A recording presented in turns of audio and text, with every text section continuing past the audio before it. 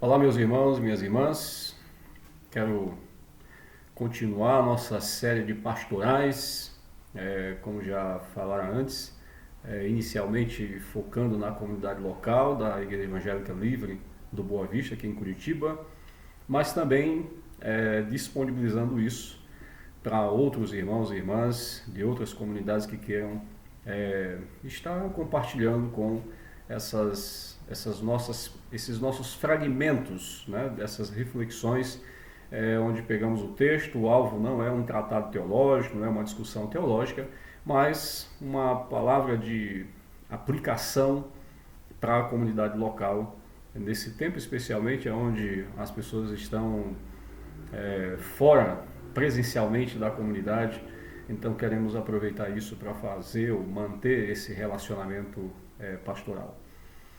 Eu hoje quero iniciar uma série de reflexões de pastorais nas bem-aventuranças. Alguns anos atrás eu preguei no Evangelho de Mateus e passei por uma temporada no Sermão da Montanha e fui grandemente edificado, enriquecido espiritualmente pela palavra do Senhor nessas bem-aventuranças. Na ocasião, um referencial que eu utilizei para interpretar essas bem-aventuranças foi o texto do pastor anglicano Lloyd Jones. O entendimento que ele tem do Sermão do Monte, especialmente das bem-aventuranças, para mim fizeram muito sentido. E quero continuar então com esse entendimento do Lloyd Jones, que para mim ainda faz muito sentido essa compreensão. Então eu quero começar com essa primeira bem-aventurança e eu quero fazer uma pequena introdução sobre onde está localizado esse texto. Mateus capítulo 5, do versículo 1 ao versículo 3. Vendo Jesus as multidões, subiu ao monte, e como se assentasse, aproximaram-se os seus discípulos. E ele passou a ensiná-los, dizendo: Bem-aventurados os humildes de espírito, porque deles é o reino dos céus. Interessante quando nós pensamos o que dá origem a esse sermão que inicia com essas bem-aventuranças. Parece que Jesus ele chega em um ambiente onde há muitas perguntas, há muitos questionamentos a respeito do que é preciso. Como deve ser uma pessoa, como deve ser a vida de uma pessoa em termos de caráter, em termos de conduta, para adentrar o reino dos céus, para pertencer ao reino dos céus. A resposta que as pessoas têm dos religiosos, ela é muito legalista.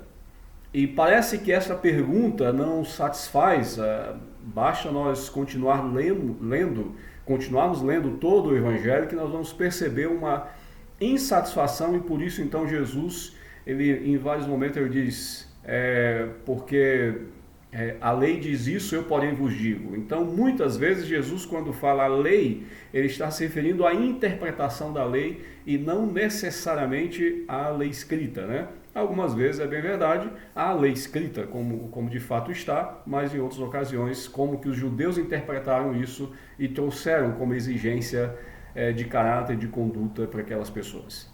Então, o Sermão do Monte parece que é uma resposta de Jesus a qual é o caráter dessa pessoa que pertence ao reino de Deus e quais são as condutas que essa pessoa que deve ser encontradas nessa pessoa que pertence ao reino dos céus. Então, Jesus começa com um ponto extremamente importante.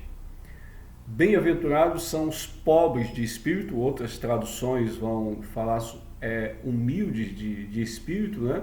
E o que Jesus está transmitindo com essa ideia? Quando nós pensamos que existia uma pregação dos líderes judaicos com uma necessidade da pessoa reunir em si mesmo as qualidades para pertencer ao reino de Deus, Jesus agora vem dizer, olha, a primeira coisa importante é alguém se reconhecer como incapaz de pertencer, inabilitado para pertencer, não reunindo as qualidades necessárias para pertencer ao reino de Deus. Logo, nós concluímos que esse entendimento vai desembocar mais na frente a ideia de que todas as condições para alguém pertencer ao reino de Deus, elas são dadas pelo próprio Deus, que chama para pertencer ao reino de Deus. Então, bem-aventurado o pobre de espírito, Lloyd Jones dá uma ideia de que esse bem-aventurado, esse feliz, né? Ele é aquela pessoa que reconhece, ele enxerga a mensagem do reino, o rei, no entanto, ele reconhece que não possui as qualidades necessárias para pertencer a esse reino de Deus.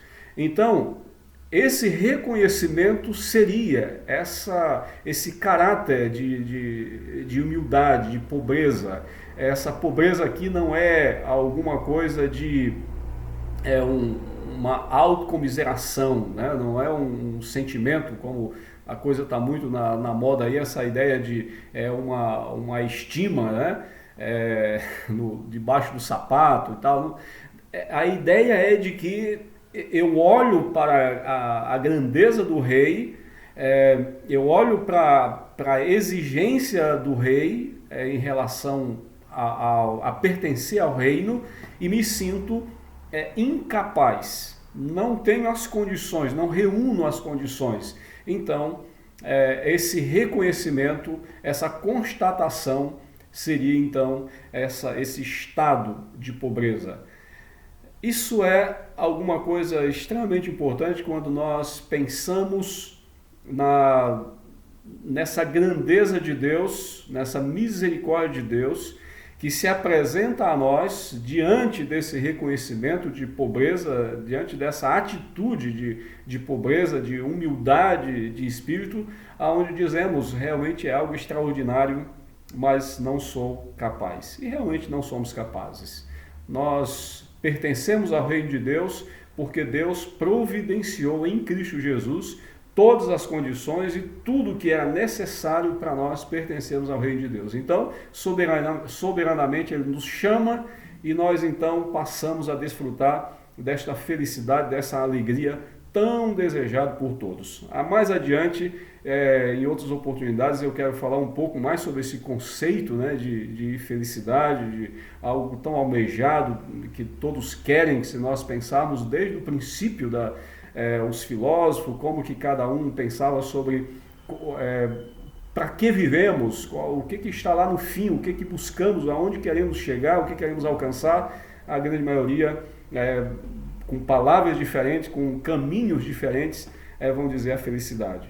E aí então a teologia cristã ela faz essa pergunta em um dos catecismos cristãos, qual é o fim supremo e principal do homem? E a resposta é glorificar a Deus e gozá-lo para sempre. Então Cristo nos resgatou e agora resgatados, nós glorificamos a Deus e gozamos dessa realidade de pertencermos a Deus. Eu desejo que o Senhor te abençoe neste novo dia, abençoe a tua casa, a tua família e que você possa viver nesta constante gratidão a Deus, pois essa é a nossa condição de pobreza. Quando reconhecemos isso, somos incapazes de ter acesso a esse bem supremo. No entanto, Deus em Cristo nos aproximou e nos trouxe para perto dele. Deus te abençoe, minha irmã, e até a próxima.